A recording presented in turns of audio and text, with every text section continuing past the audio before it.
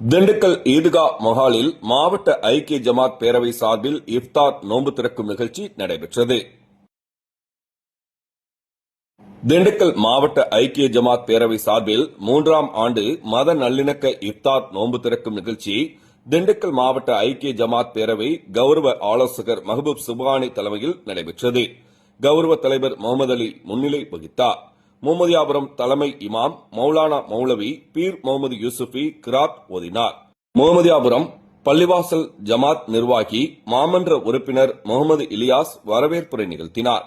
மேலும் இந்நிகழ்வில் பழனி சட்டமன்ற உறுப்பினர் ஐ பி செந்தில்குமார், திண்டுக்கல் நாடாளுமன்ற உறுப்பினர் சச்சிதானந்தம் ஆகியோர் சிறப்பு விருந்தினர்களாக கலந்து கொண்டனர். திண்டுக்கல் மாவட்ட ஜமாத்துல் உலமா சபை செயலாளர் மௌலானா மௌலவி அப்துல் ரஹ்மான் யூசுஃபி, திருவருட்பேரவை இணை செயலாளர் திபூசியஸ், புனித மரியன்னை மேல்நிலைப்பள்ளி தாளாளர் அருள் தந்தை மரியநாதன், ஸ்ரீ ஐயப்பன் மணிமண்டபம் குருநாதர் பால்பாண்டியன், நெல் அரிசி வர்த்தக சங்க தலைவர் சபரிகாமன், ஐக்கிய நல மருத்துவமனை தலைமை மருத்துவர் முத்துராஜ் ஆகியோர் வாழ்த்துரை வழங்கினர்.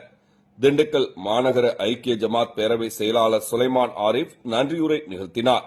ஹாஜி கலீஃபுல்லா, கலீல் அகமது, முகமது கமாலுதீன், ஹாஜி முகமது ரஹமத்துல்லா ஆகியோர் மத நல்லிணக்க இஃப்தார் நிகழ்ச்சிக்கான ஏற்பாடுகளை செய்திருந்தனர்.